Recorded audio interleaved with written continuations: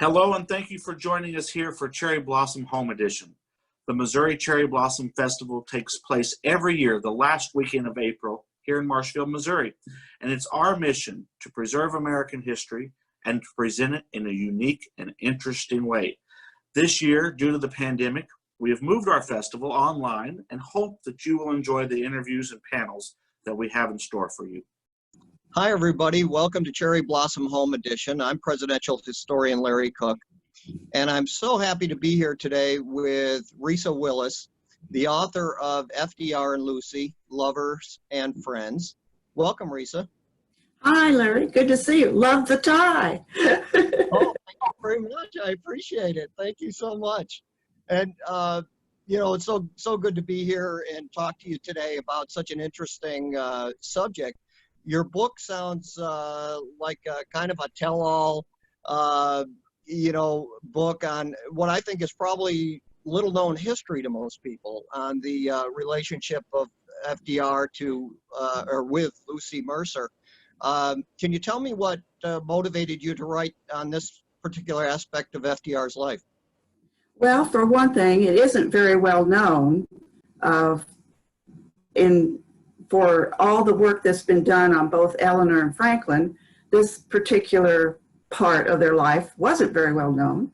And growing up in Iowa, my dad was a farmer, and he just thought Franklin Roosevelt was God's gift to the world.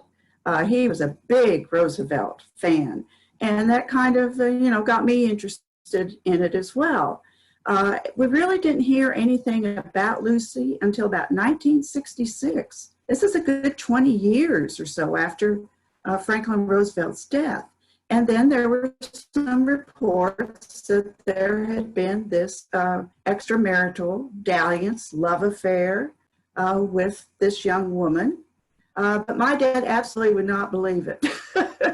He just felt too strongly about Roosevelt. Didn't want it. I guess he didn't want him to have a personal life. But I've always liked biography. I've always liked to read them. The first biography I did was about Mark Twain and his wife, Olivia Langdon Clemens. And when I finished that, I was looking around for another topic. And I thought, I'm going to go and see what I can find about Lucy and FDR, because that always remained in my background of all the reading I read about the Roosevelts, just not a lot of mention of her at all. So I did. Wow. The best book to write is one that needs to be written, and yes. One that people have not heard a lot about. And as I mentioned, I think it's kind of little known history to a lot of people until they do indeed read your book. Let's talk a little bit about the relationship between the two, and we'll start with Lucy and how FDR and her met. Well, Lucy came from a very old and distinguished family. In fact, a Mercer, her name was Lucy Mercer, was a signer of the Declaration of Independence. So she came from a long line of patriots in the United States. Historical background. The problem was with both her father and mother was that they had a lot of pedigree, but not a lot of money, which often happens to rich people.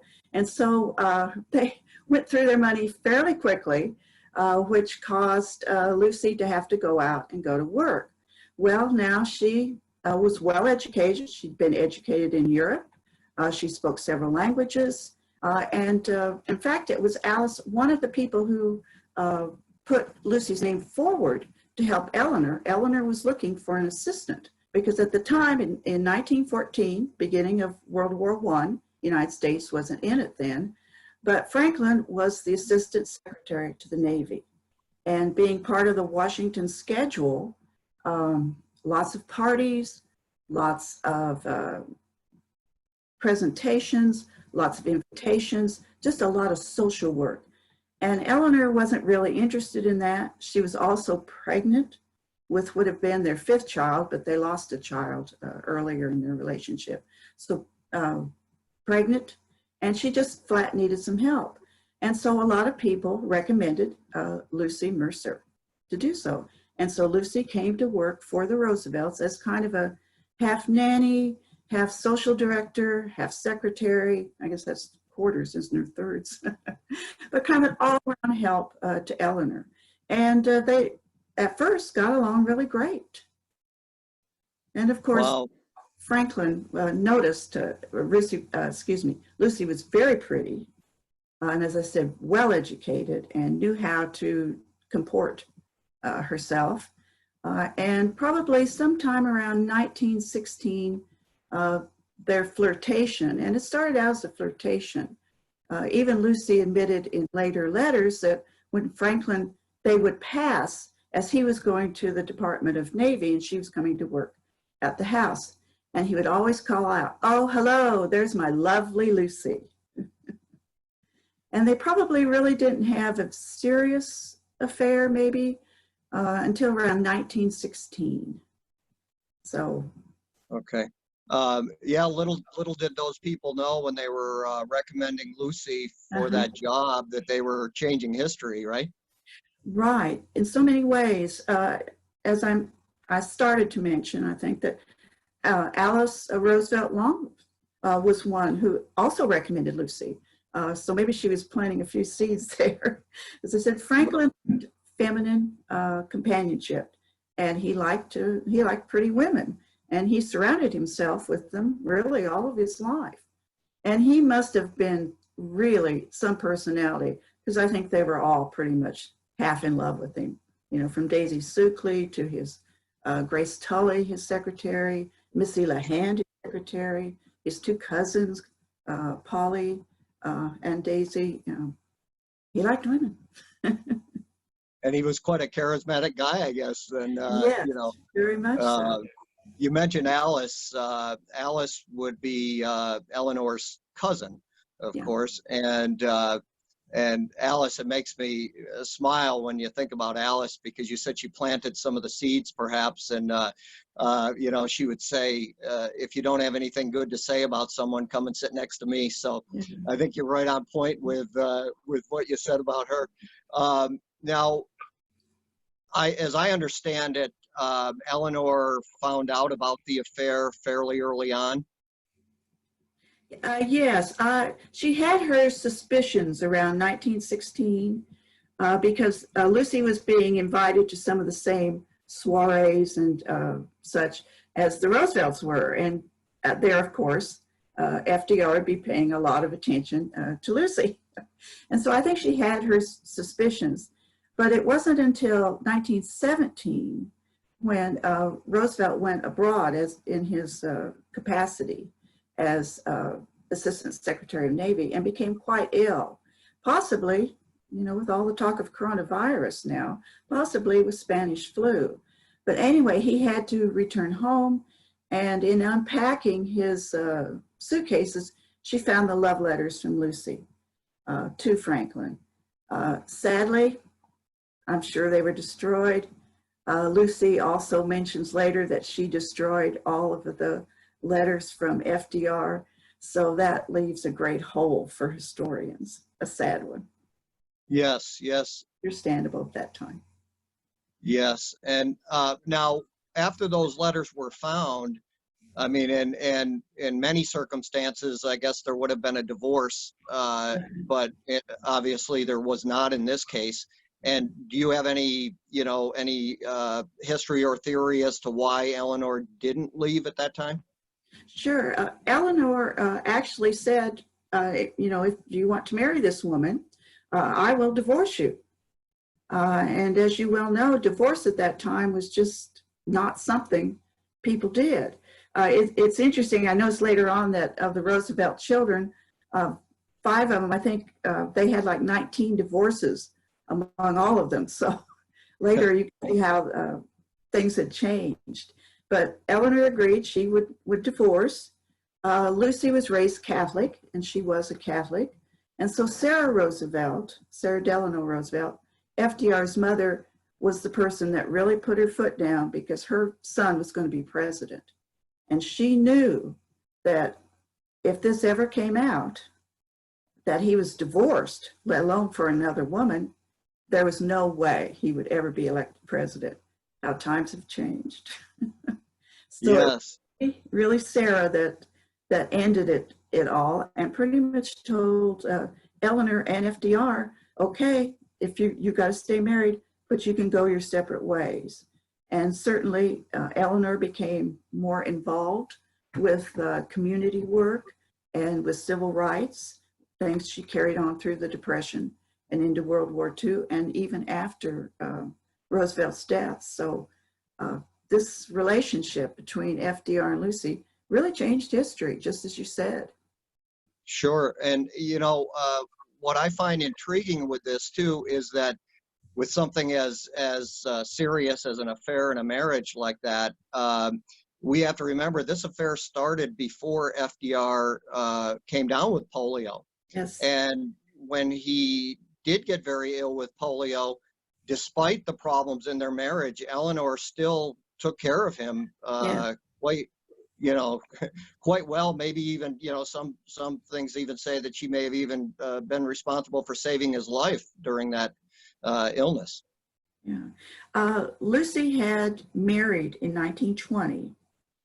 She married Rutherford, who at the time was about 20 years older than she was, but he was looking for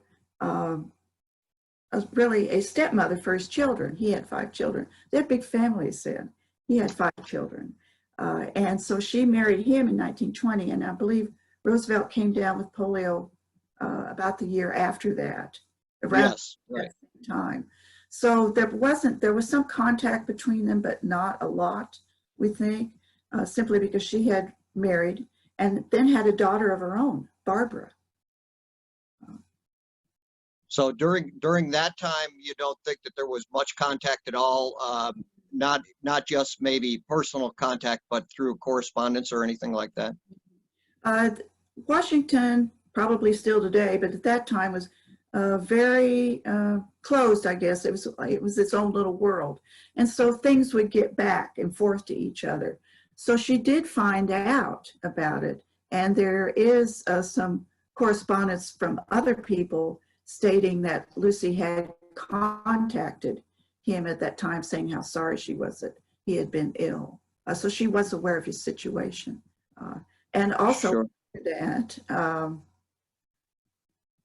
when Roosevelt would travel as president even, and he first became president in 1932, he would stop off in Alamuchee, New Jersey, where Lucy was living, and see her even then. So they kept up personal contact, really all of his presidency.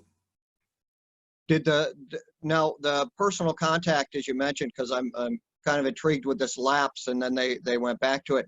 Did the personal contact really kind of start up at his presidency, or at the beginning of his presidency, or did it kind of start up before that? Do you know? I think it started up before that, but it was certainly to a certain extent easier for him and her to get together. Winthrop Roosevelt, getting my R's mixed up there, because he was an older gentleman and was often not ambulatory, he didn't get out as much as his younger wife. And so she often would visit friends in the Washington area that also Roosevelt would show up at the same time. Oh, okay. There was a great companionship between the two. And it usually happened Eleanor was out of town. Yes, yes. And so it seems to me from this long-standing relationship that it was really a love affair, right? Oh, I think so. Yeah, I think Yeah. so. I mean, a serious love affair, versus just an affair. Right. Yes. There, as I said, their contact, and of course, she was with him when he died. I mean, that was certainly, I think, probably a great blow to Eleanor. The other great blow, I would imagine, to Eleanor was the fact that Anna, her daughter, knew about this, and the various meetings that her dad and Lucy had while he was president. Anna's feeling was that her father was under so much pressure, which was true, and that Lucy, could ease some of that and make him smile again.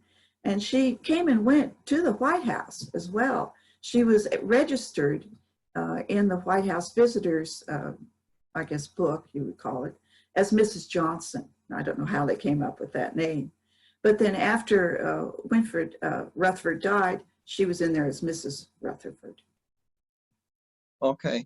And you had talked about, or you mentioned just now that Lucy was with FDR when he died in Warm Springs. Tell us, a little bit about that, about April 12th, 1945.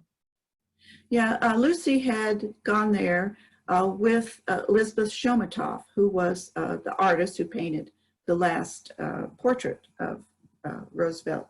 She was a friend of Lucy's, an artist who I believe was originally from Aiken, South Carolina, where Lucy and Rutherford had a summer home.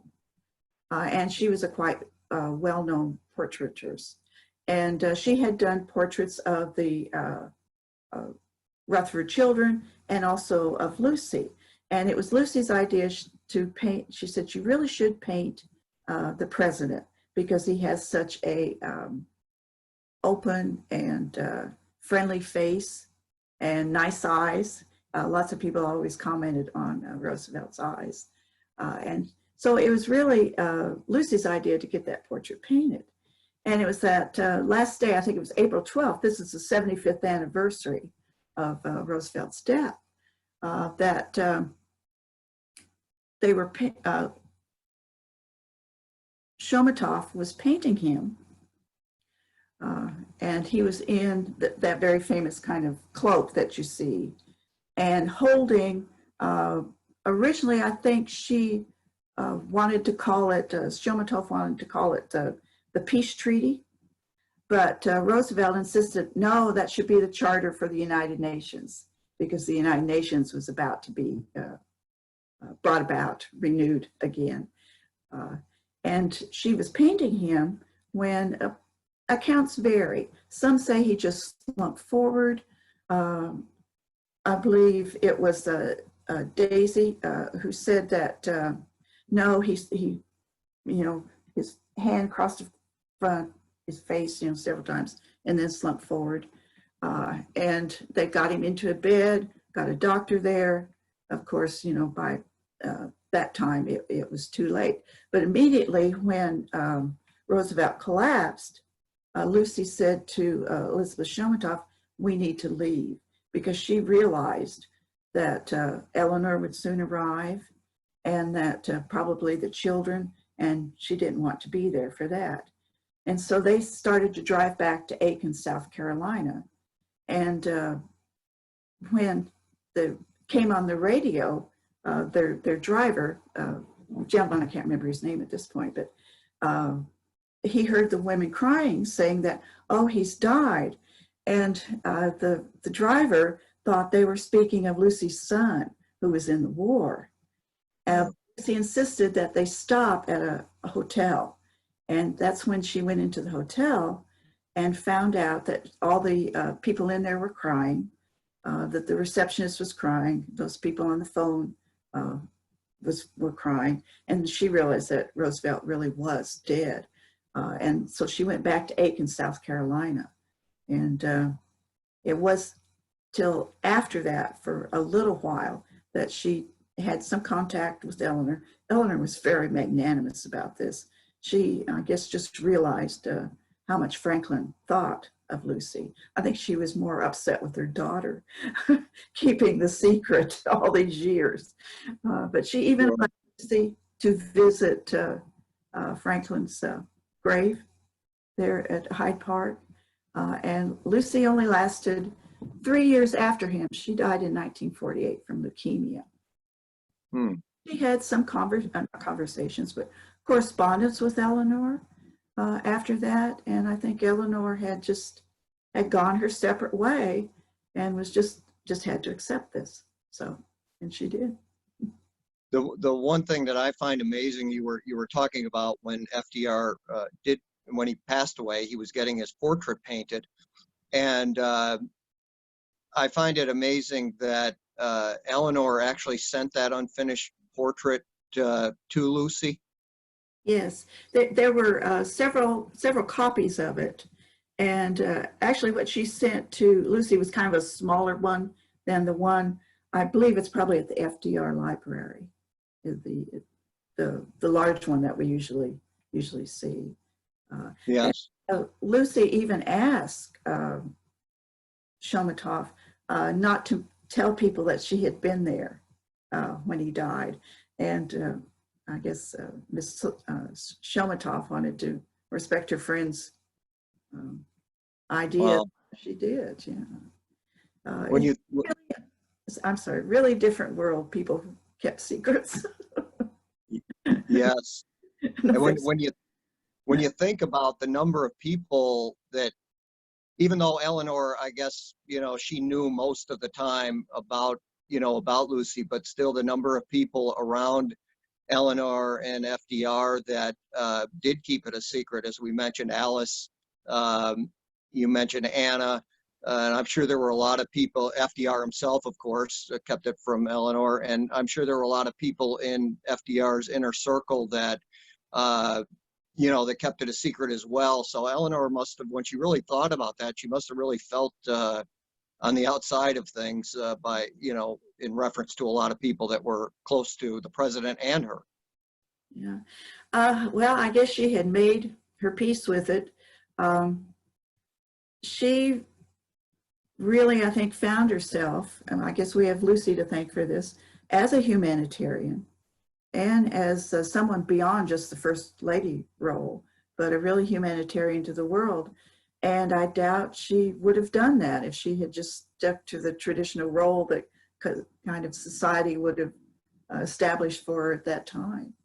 I mean, she certainly did a lot of travel, and survived, probably a good 20 years after Roosevelt, and Yes.